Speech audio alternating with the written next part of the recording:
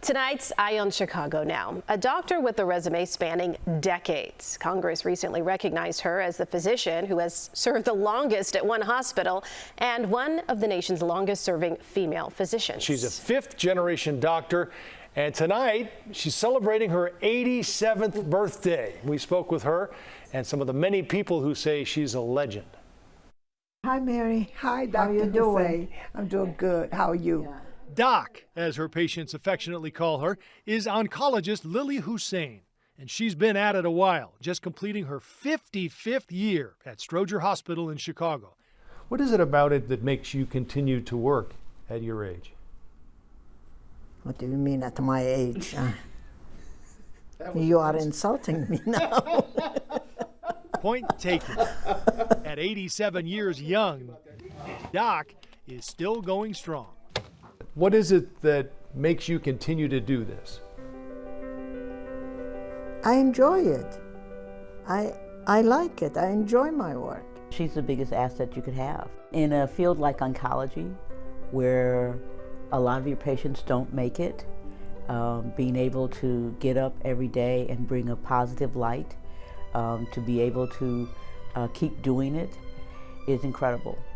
Everything in your body by the PET scan was negative, which is great, except this shadow in the left upper lung. What is the hardest part of this? The hardest part for me is to tell them, to give them the bad news. That's the hardest part. When they tell you, so you mean I can't be cured? You mean I'm dying? You can heal a dying patient. You can. Yeah. You can, make them comfortable, make them feel okay, make them accept their thing. That's part of healing. Lily Hussein came to the U.S. in 1965, leaving behind turmoil in her native Iraq.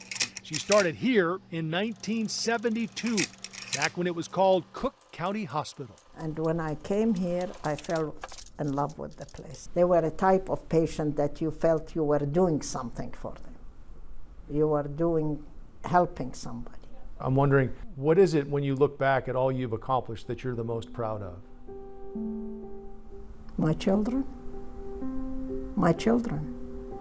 We were raised to live that way, to treat other people with respect and dignity, no matter who they were. Dr. Hussein and her husband Jafar, also a physician, raised 2 sons and 3 daughters. We asked them, what was this powerhouse of medicine like as a mom? Inspiring, tough but fair, set a high bar. I did end up following in her footsteps. Part of it, of course, was because I've seen her passion for it. And her kindness. And if she heard that, the neighbor down the street's husband has cancer, she's making soup for him that night. She's raised 5 kids. She's come home after work, cooked, cleaned, made our clothes, worked with us on our homework. We don't know whether it was COVID. For patients like Mary Thompson, she's a lifeline.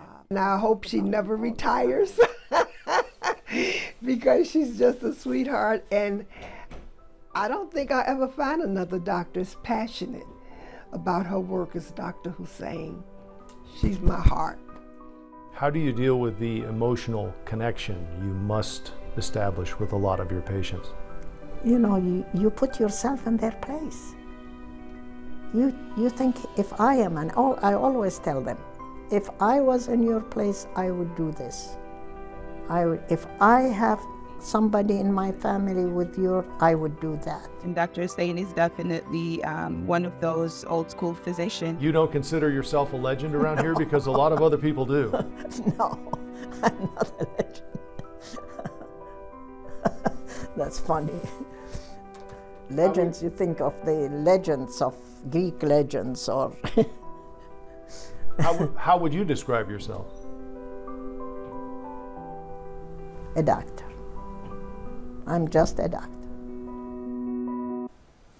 As for retirement, that's not in Dr. Hussein's vocabulary. Among her patients, by the way, were famous and infamous. As a resident, she delivered the first child of singer Mary Travers of Peter, Paul and Mary, and she treated mass murderer John Wayne Gacy while he was a prisoner at Cook County Jail. She's pretty much done it all.